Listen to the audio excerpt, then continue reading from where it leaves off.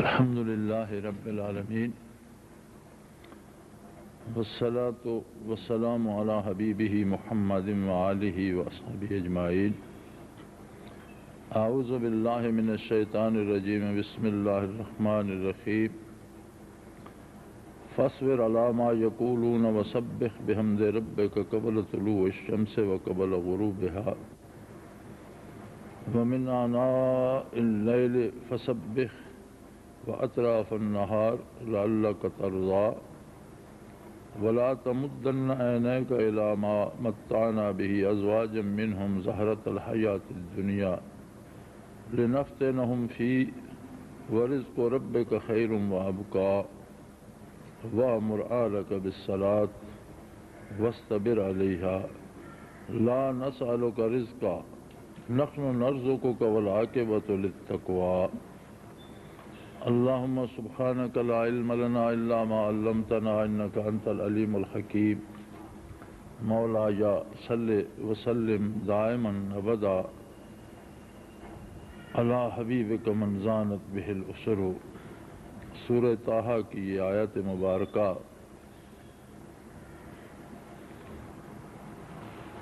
ارشاد فرماتی ہے فاصبر علی ما یقولون، کہ لوگ جو طعن و تشنیع کرتے ہیں، طنز کرتے ہیں،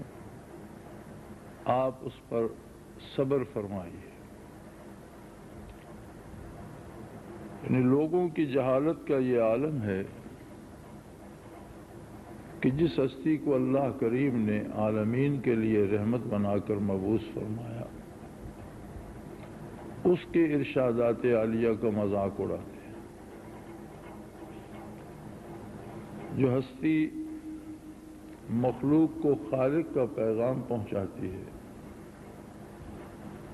جس ہستی نے وہ راز آشکارا کیے جنہیں دنیا کا کوئی فرد نہیں جانتا تھا، جس ہستی نے کسی استاد یا کسی دنیاوی مدرسے کا منہ نہ دیکھا، لیکن پوری انسانیت کے لیے زندگی کے ہر شعبے میں ایسے قوانین و ضوابط ارشاد فرما دیے جو اس وقت سے لے کر قیامت تک دنیا کے ہر ملک اور ہر قوم کے لیے ہر وقت قابل عمل ہے۔ دنیا میں بڑے معروف انسان ہوئے ہیں، کسی کی سائنس میں شہرت ہے، کسی کی قانون دانی میں، کسی کی علم نجوم میں، کسی کی علم ہندسہ میں، کوئی طب میں معروف ہے تو کوئی سائنسی ایجادات میں۔ لیکن جتنے معروف لوگ ہوئے ہیں جن کی زمانہ قدر کرتا ہے، ان میں دو باتیں قدر مشترک ہیں۔ ایک تو یہ ہے کہ زندگی کے کسی ایک شعبے میں انہوں نے بات کی ہے۔ اگر کسی نے طب میں ریسرچ کی ہے تو وہ سیاسیات کو نہیں سمجھتا، اور کسی نے سائنس میں اگر ترقی کی ہے اور تحقیق کی ہے تو بے شمار دوسرے امور ہیں جن کے بارے وہ جانتا بھی نہیں۔ دوسری بات سب میں قدر مشترک یہ ہے کہ جتنے مشاہیر نے طب کے تھے یا سائنس کے تھے یا کسی اور شعبے کے تھے، جتنے اصول بنائے، جتنے ضوابط وضع کیے، آنے والے وقت نے ان میں تبدیلیاں کی۔ سائنس کے اصول جو پہلوں نے بڑے مضبوط سمجھے تھے وہ جھٹلائے گئے۔ اسی طرح طب کے اصولوں میں تبدیلی ہوئی، سیاسیات وقت کے ساتھ ساتھ تبدیل ہوتی رہیں، قوموں کے بنائے ہوئے رسومات و رواجات وقت کے ساتھ ساتھ بدلتے رہے۔ یہ شان صرف آقا نامدار حضرت محمد الرسول اللہ صلی اللہ علیہ وآلہ وسلم کا ہے کہ آپ نے جو ضابطہ وضع فرما دیا وہ ساری دنیا کے لیے اور قیامت تک کے لیے، اس میں کوئی تبدیلی ممکن نہیں ہے۔ کوئی اس سے تبدیلی اس لیے ہوتی ہے کہ پہلے والی بات سے بہتر بات جب لوگوں کو ملتی ہے تو پہلی کو چھوڑ کر دوسری اختیار کرتے ہیں۔ مغرب میں اب ڈارون کی تھیوری صدیوں سے چلی آ رہی ہے، لیکن آج کی سائنس نے یہ ثابت کیا ہے کہ جس زمانے کی بات ڈارون کرتا ہے اس زمانے میں روشنی کی رفتار یہ نہیں تھی جو ڈارون کے زمانے میں تھی۔ لہذا ایک اصول سے اس کی ساری تھیوری باطل ہو جاتی ہے کہ یہ آج کی روشنی کی رفتار کے حساب سے بات کر رہا ہے، لیکن جس زمانے کی بات کر رہا ہے اس میں روشنی کی رفتار یہ نہ تھی۔ تو خود سائنسدانوں نے جو اس کے بڑے معتقد اور ماننے والے تھے اس کی ساری تحقیق کو غلط ثابت کر دیا کہ اسے دھوکہ لگا اور اس نے جو کچھ کہا وہ غلط ہے۔ بڑے بڑے دانشور، بڑے بڑے محقق اور بڑے بڑے عالم روئے زمین پر پیدا ہوئے، انسانی بہتری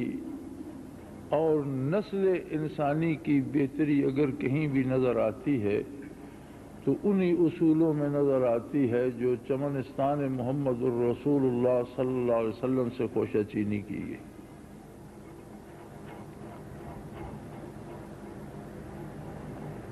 دنیا میں جو صورت اللہ نے حضور کو دی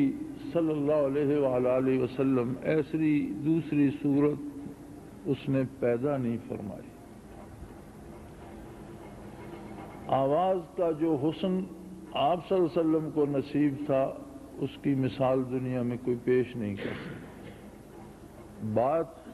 خود اللہ کی ہوتی تھی، لب مبارک زبان پاک محمد الرسول اللہ کی ہوتی تھی۔ اب اس تمام کمال حسن کے باوجود اگر لوگ طنز کرتے تھے، لوگ تنقید کرتے تھے، لوگ اچھی بات نہیں کہتے تھے تو کیوں؟ اس لیے کہ خرابی لوگوں میں تھی۔ لوگ برائی کے عادی تھے، لوگ غلط روش کے عادی تھے، لوگ یہ سمجھتے تھے کہ ہم جو کرتے ہیں کرتے رہیں، جس گہرائی میں گر رہے ہیں گرتے رہیں، جہنم کی جس گھاٹی میں گریں، کوئی ہمیں روکے نہیں، سمجھائے نہیں۔ اس پر اللہ کریم ارشاد فرماتے ہیں فَاصْبِرْ عَلَىٰ مَا يَقُولُونَ، اے میرے حبیب لوگ جو بھی کہیں آپ اسے برداشت کیجیے۔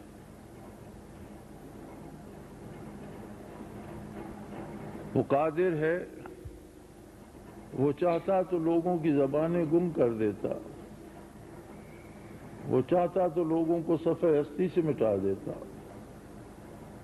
وہ چاہتا تو جو ارادہ کرتا خلاف بات کرنے کا اس کی زبان شل ہو جاتی، لیکن اس نے ایسا نہیں کیا، اس لیے کہ جو کچھ کوئی کرتا ہے اس کے محاسبے کے لیے اس نے ایک وقت مقرر کر دیا۔ نیکی کی تبلیغ کرنے والے احباب یہ جان لیں کہ معاشرے میں جو برے لوگ ہوں گے یا جو برائی کو پسند کرتے ہوں گے وہ طنز بھی کریں گے، تنقید بھی کریں گے۔ یہ توقع نہ رکھیں کہ ساری مخلوق ہمیں بھلا ہی کہے گی، ساری مخلوق ہمیں اچھا ہی کہے گی، چونکہ ساری مخلوق نے آقا نامدار صلی اللہ علیہ وآلہ وسلم کی عظمت کو قبول نہیں کیا۔ جو امام الانبیاء ہیں اور ساری خدائیوں کے لیے جہاں تک کائناتیں ہیں سب کے لیے اللہ کی رحمت ہے، تو اس کا جواب یہ ہے کہ نیکی چھوڑ نہ دی جائے، اگر برے یا بدکار لوگ برائی سے باز نہیں آتے تو نیک آدمی نیکی سے باز کیوں آئے؟ نیکی کرتا رہے اور ان کی طرف سے جو دکھ پہنچتا ہے اس پر صبر کرے، اور صبر ایسے نصیب ہوگا، یہ ہمت کے لوگوں کے تانے برداشت کیے جائیں، یہ قوت کے لوگوں کی باتیں برداشت کی جائیں، اور محض اللہ کے لیے، اللہ کی رضا کے لیے اپنا کام جاری رکھا جائے، تو فرمایا اس کے لیے ضروری ہے کہ سبح بحمد ربک قبل طلوع الشمس و قبل غروبها، سورج کے طلوع و غروب سے پہلے اللہ کی تسبیح و تحمید کیجیے۔ فجر جو سورج طلوع ہونے سے پہلے ادا کی جاتی ہے، عصر جو سورج غروب ہونے سے پہلے ادا کی جاتی ہے، اسی حکم کی تعمیل ہے۔ فرمایا وَمِنْ آنَاءِ اللَّيْلِ، اور رات کی تنہائیوں میں عشاء کی نماز اس کی تعمیل ہے۔ آناء اللیل رات کی پہلی ساعتوں کو کہتے ہیں، وَأَطْرَافَ النَّهَارِ، اور دن کے دونوں سروں پر، جیسے ظہر ہے، مغرب ہے۔ لَعَلَّكَ تَرْضَىٰ، یہ 5 وقت کی عبادت تمہارے دل کو خوش کرنے کے لیے کافی ہے۔ یعنی اللہ کریم نے لوگوں کے طنز کا جواب یہ دیا، لوگوں کی ناقدری کا جواب یہ دیا کہ اگر لوگ طنز کرتے ہیں، لوگ قدر نہیں کرتے،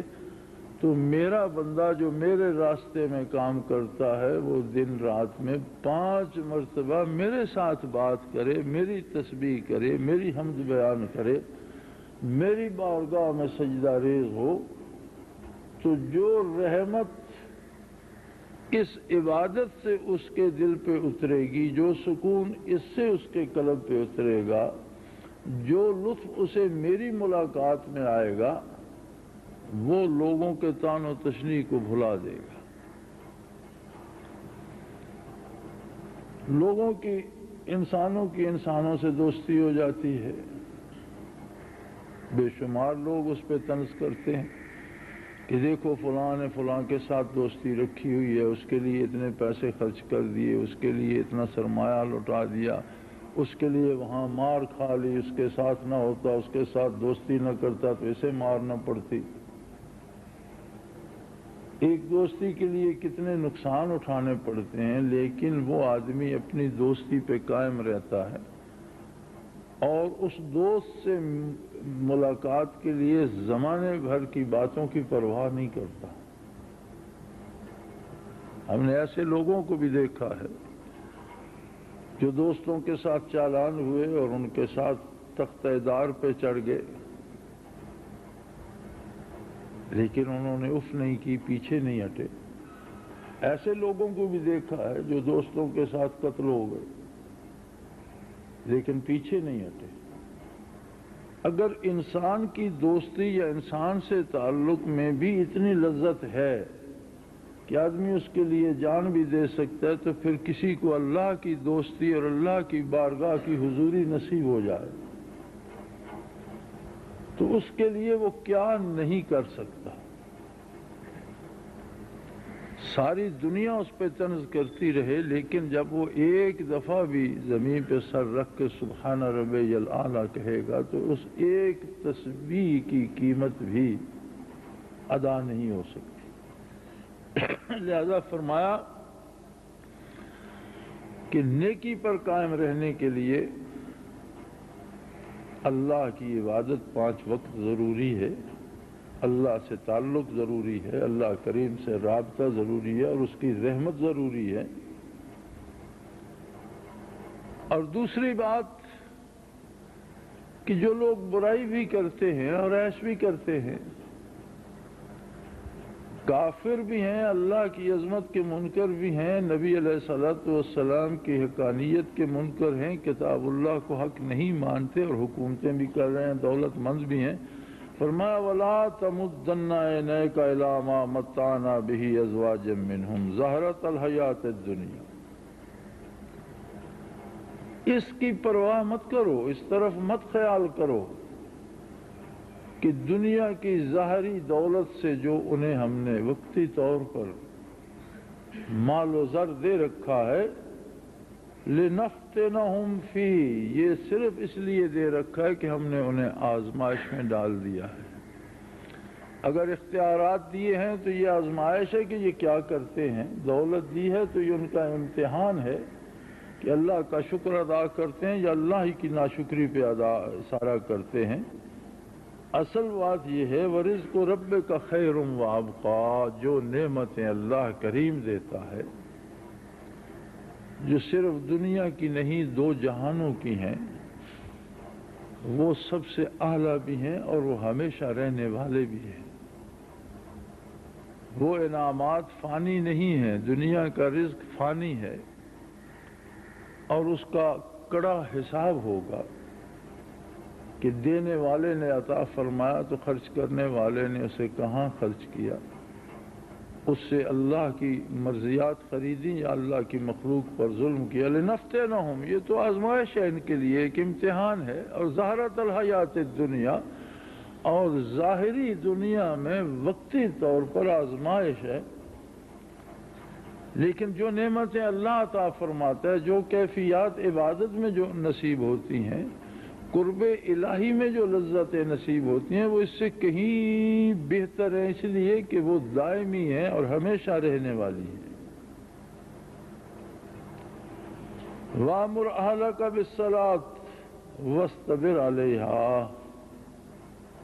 خود بھی اور اپنے گھر والوں کو بھی اللہ کی عبادت کی تاکید کیجیے اور اس پر قائم رہیے۔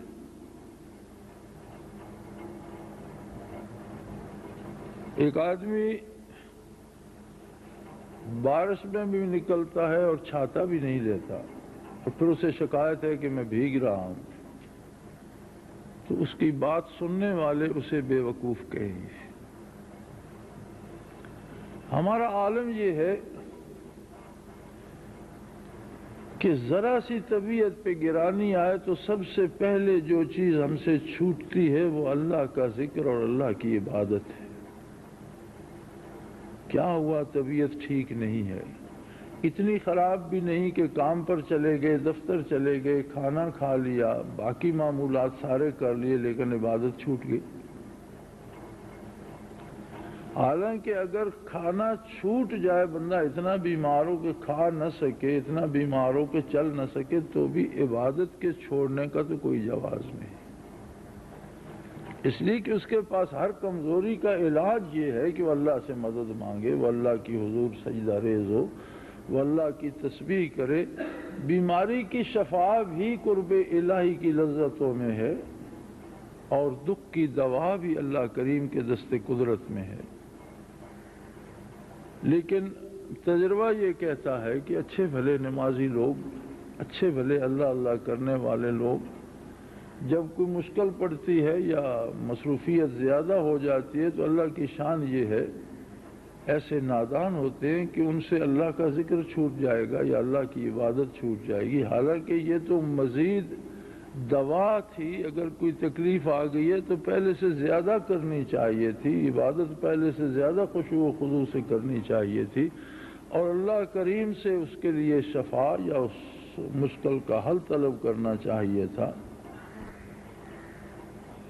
اس لیے فرمایا وَأَمُرْ أَهْلَكَ بِالصَّلَاةِ، اپنے گھر والوں کو بھی اللہ کی عبادت کا حکم دیجئے، وَاسْتَبِرْ عَلَيْهَا، اور اس پر جم جائیے۔ لَا نَسْأَلُكَ رِزْقًا، اللہ کریم فرماتے ہیں مجھے تم سے یہ امید نہیں کہ تم دولت اکٹھی کر کے مجھے دو، اس کی ضرورت نہیں ہے، اس لیے نحن نرزقک، میں تو خود تمہیں روزی دیتا ہوں، تم مجھے کیا دو گے؟ تمہاری دولت یا تمہاری قوت یا تمہاری طاقت میرے کس کام آئے گی کہ ہر نعمت جو تمہارے پاس ہے، اگر تمہارے پاس طاقت ہے، اگر تمہارے پاس علم ہے، اگر تمہارے پاس عقل ہے، اگر تمہارے پاس مال و زر ہے، اگر تمہارے پاس زندگی ہے، اگر تمہارے پاس اقتدار ہے، تو یہ سب کچھ تو میرا دیا ہوا ہے، یہ سب تو میرا رزق ہے، اس لیے تم مجھے کیا دے سکتے ہو سوائے اس کے کہ مجھ سے مزید مانگتے رہو، مجھ سے مزید طلب کرتے رہو، بار بار میری بارگاہ میں حاضری دو، تمہاری کوئی رات میرے سجدوں سے خالی نہ ہو، تمہارے دن کا کوئی حصہ میری بارگاہ میں حاضری سے خالی نہ ہو، اور یہ یاد رکھو وَالْعَاقِبَةُ لِلتَّقْوَىٰ، دنیا میں کسی کو کچھ بھی مل جائے، انجام کار کامیابی انہی لوگوں کے لیے ہے جن کا تعلق اللہ سے ہوتا ہے، انجام تقویٰ کے لیے ہے، اور تقویٰ اس کیفیت کو کہتے ہیں جو بندے کا رشتہ محبت کا، الفت کا، عبادت کا، پیار کا رب جلیل سے بن جاتا ہے۔ وہ ایسا کریم ہے کہ انسان ایک عاجز سی مخلوق ہے، ایک کانٹا چبھ جائے تو اس کے برداشت کی سکت نہیں رکھتا، ایک داڑھ میں درد ہو جائے تو بلبلا اٹھتا ہے، چند لمحے بخار ہو جائے تو گھوم گھوم کر گرنے لگتا ہے، اپنے آپ کو سنبھال نہیں سکتا، کھانے کا محتاج ہے، پینے کا محتاج ہے، ایک رات سوئے نہیں تو ہفتہ پورا پریشان رہتا ہے، کوئی کام سلیقے سے نہیں کر سکتا، زندگی کا تھوڑا وقت کام میں گزارتا ہے اور زندگی کا زیادہ حصہ بیکاری کی نظر کرتا ہے، بچپن، لڑکپن، پھر بڑھاپا، سارا محض بیکاری میں گزر جاتا ہے اور چند برس کسی کام کے قابل ہوتا ہے، اتنا محتاج کہ ایک ایک سانس کا محتاج ہے، دل کی ایک ایک دھڑکن کا محتاج ہے، ساری نعمتیں عطا کرنے والا رب جلیل، صرف انسان کو اس نے یہ عظمت بخشی ہے کہ اس کے دل میں اس کی طلب پیدا ہو جائے، اس کے دل میں اس کی محبت پیدا ہو جائے، یہ اس کے جمال جہاں آرا کا طالب ہو جائے، یہ اس کے قرب اور اس کے وصل کی گھڑیوں کا متلاشی ہو جائے، ذرا سا اس بات پر غور کیا جائے تو حیرت ہوتی ہے کہ انسان کی حیثیت کیا ہے اور اللہ کریم نے اسے عظمت کون سی عطا کر دی ہے۔ ہمارے جیسے انسان ہیں، کیا ہم نے کبھی سوچا ہے کہ ہماری دوستی وزیر اعظم سے ہو جائے؟ ہم سوچتے بھی نہیں ایسا، ہم سمجھتے ہیں کہ ہماری کوئی حیثیت نہیں ہے اور وہ ملک کا سربراہ ہے، بھلا ہم کیسے دوستی کر سکتے ہیں؟ ہم نے ایسا سوچا نہیں کبھی، وزیر اعظم تو بہت دور بیٹھا ہوتا ہے، ہم نے تو یہ بھی کبھی نہیں سوچا کہ ضلع کا ڈی سی یا ضلع کا ایس پی میرا دوست بن جائے۔ کیوں نہیں سوچتے ہم؟ کیا وہ انسان نہیں ہے؟ کیا وہ کھاتا پیتا سوتا جاگتا بیمار صحت مند ہماری طرح ہمارے جیسا ایک مخلوق نہیں ہے، ہمارے جیسا بندہ نہیں ہے، اسی ملک کا شہری نہیں ہے؟ کہیں اس کا باپ بھی کھیتوں میں ہل چلا رہا ہوگا، کہیں شاید اس کی ماں بھی جنگل میں لکڑیاں چن رہی ہوگی، اگر ایک آدمی ایس پی بن گیا تو شاید باقی خاندان اس کا بھیڑیں چرا رہا ہوگا، اس کے باوجود ہم یہ جرت نہیں کرتے کہ ہم یہ سوچ بھی لیں کہ میرا بے تکلف دوست، ہم سمجھتے ہیں وہ بہت بڑا افسر ہے، میں ایک عام آدمی ہوں، اور کہاں ایک عام آدمی اور مشت غبار، اور کہاں رب العالمین،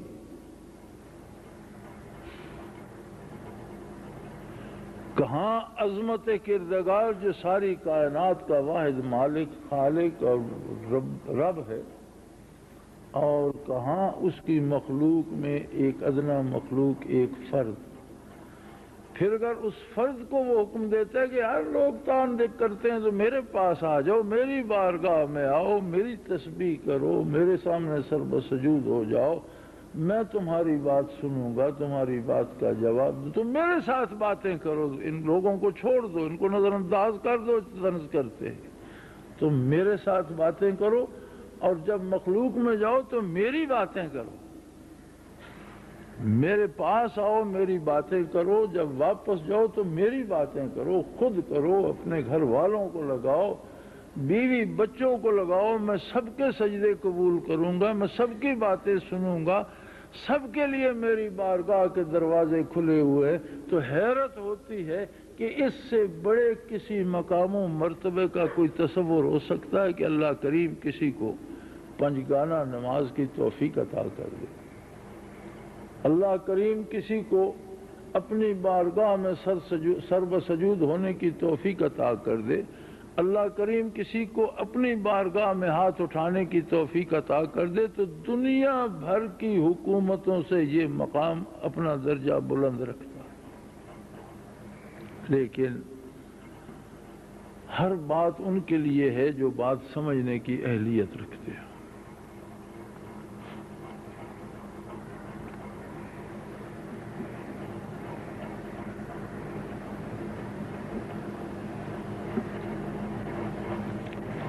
اللہ کریم نے بطفیل محمد الرسول اللہ صلی اللہ علیہ وآلہ وسلم ایک عجیب ایسی نعمت تقسیم فرمائی کہ ہر مسلمان، وہ ان پڑھ ہے یا پڑھا لکھا ہے، وہ خوبصورت ہے یا کوجا ہے، بدصورت ہے، وہ گورا ہے یا کالا ہے، اس کے کپڑے بڑے اچھے قیمتی ہیں یا اس کا لباس پھٹا ہوا ہے، وہ اچھا کھانا کھا کر آیا ہے یا خالی پیٹ ہے، کسی کو روکا نہیں ہے اور کسی کو درمیان میں نہیں رکھا کہ یہ تجھے سجدہ کرے گا تو مجھے سجدہ کر، نہیں۔ ہر بندہ، ہر فرد جو دامن نبوی علیہ صاحب صلاۃ والسلام سے وابستہ ہوتا ہے، ہر وہ فرد براہ راست رب العالمین کو سر بسجود ہوتا ہے۔ ہر وہ بندہ جو دامان نبوی کو تھامتا ہے، وہ اپنی گزارشات رب العالمین کے روبرو پیش کرتا ہے۔ ہر وہ بندہ جس کی گھر میں بھی کوئی نہ سنتا ہو رہا، وہ اس کی بھی سنتا ہے۔ وہ بندہ جسے گلی محلے میں کوئی اہمیت دینے کو تیار نہ ہو، وہ اسے بھی فرماتا ہے کہ یہ میرا بندہ ہے، میری بارگاہ میں حاضر ہو سکتا ہے، میرے ساتھ بات کر سکتا ہے۔ اور اس کے باوجود ہم بندوں کے دروازے پہ سجدے کرتے ہیں، اور ہمارے سجدوں سے اگر خالی رہتا ہے تو اللہ کی بارگاہ ہے۔ کس قدر بد نصیبی ہے، کس قدر کم علمی ہے، اور کس قدر ناقدری ہے کہ اگر یہی سوال ہو گیا کہ میں نے تو اپنی ساری مخلوق میں جس ہستی کو سب سے بہتر بنایا تھا، جس کا کوئی ثانی پیدا نہیں فرمایا، جس کی عظمت یہ ہے کہ تمام جہانوں کے لیے رحمت مجسم ہے، میں نے تو اسے تمہاری طرف مبعوث فرمایا اور اپنا قاصد بنا کر بھیجا،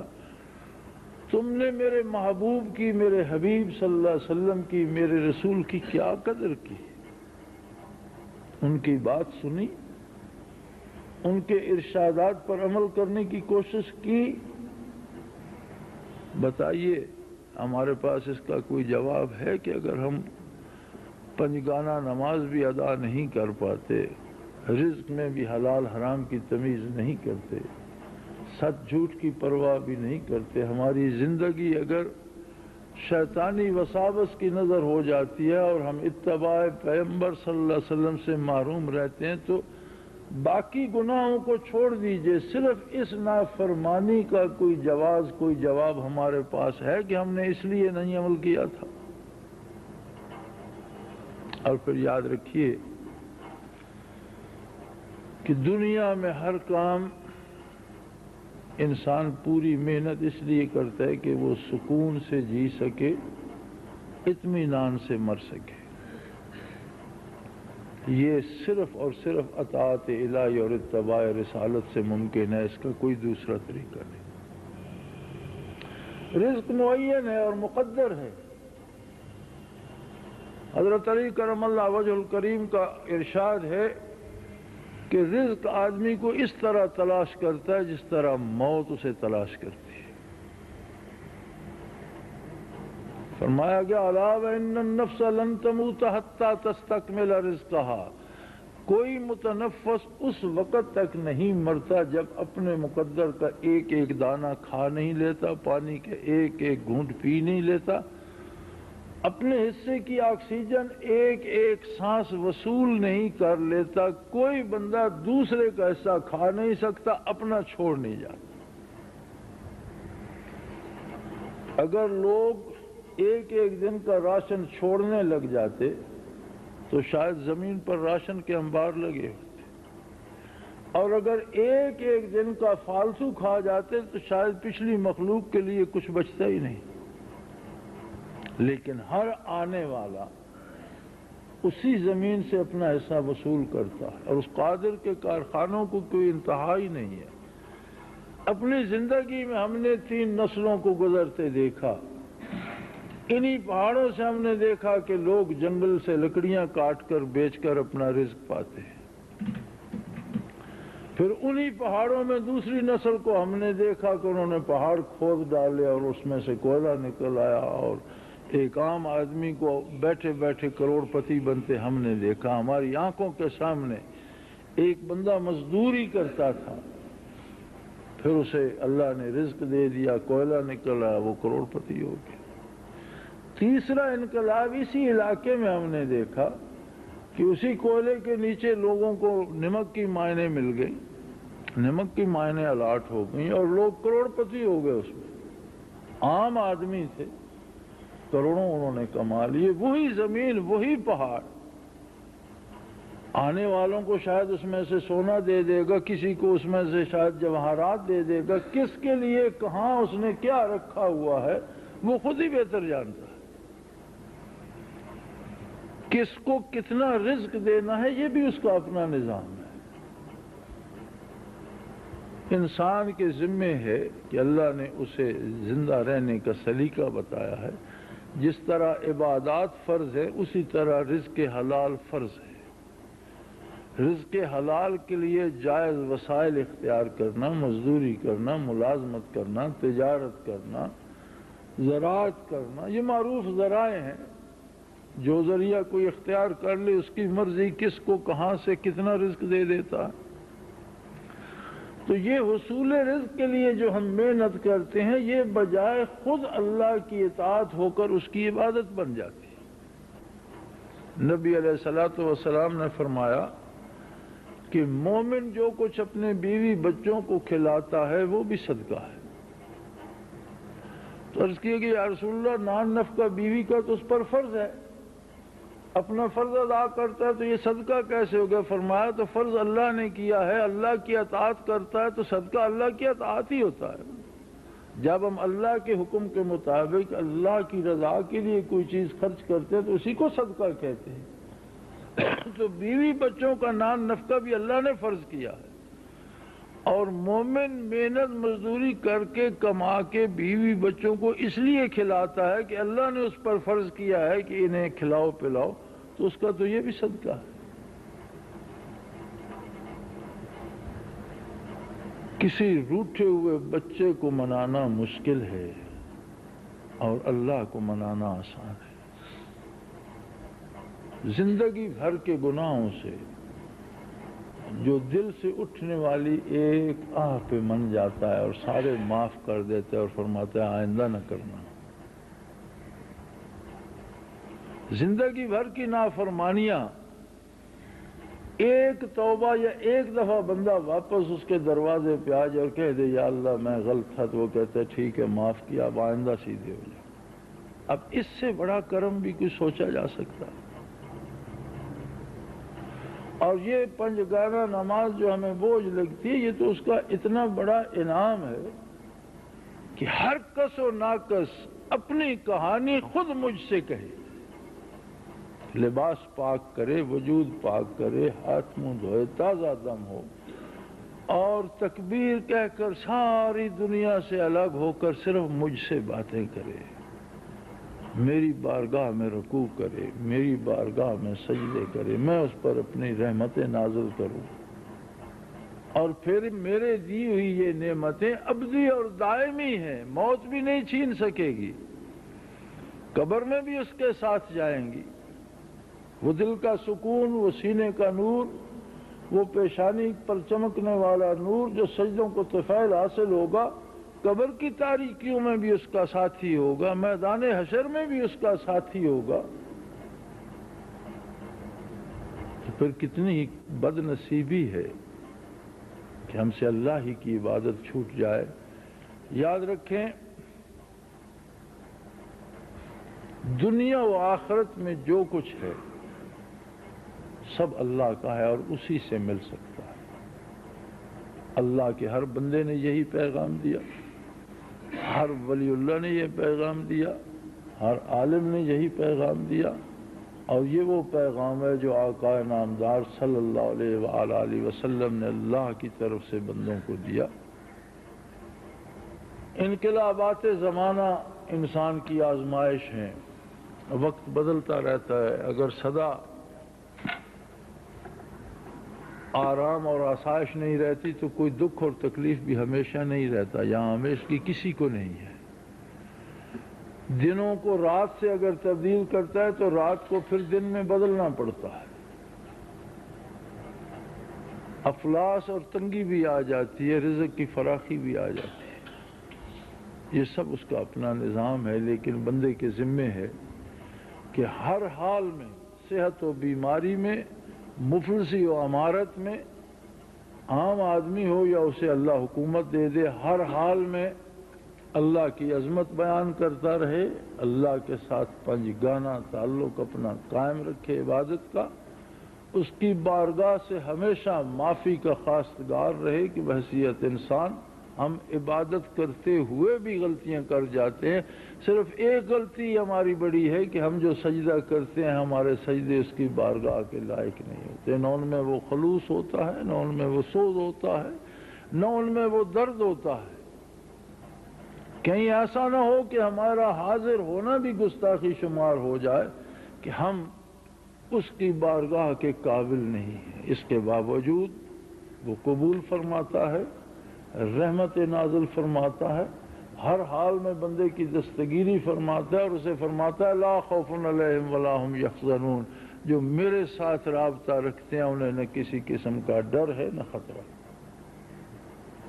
تو سب سے بہتر رفیق،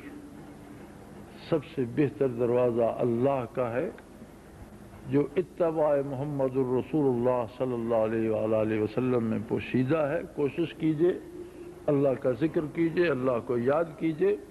نبی علیہ الصلوۃ والسلام پر درود پڑھتے رہا کیجئے، اور عبادات میں بھرپور کوشش کیجئے۔ اللہ کریم توفیق عطا فرمائے، ہماری خطاؤں سے درگزر فرمائے، اور ہماری ٹوٹی پھوٹی عبادات کو قبول فرمائے۔ وآخر دعوانا الحمدللہ رب العالمین۔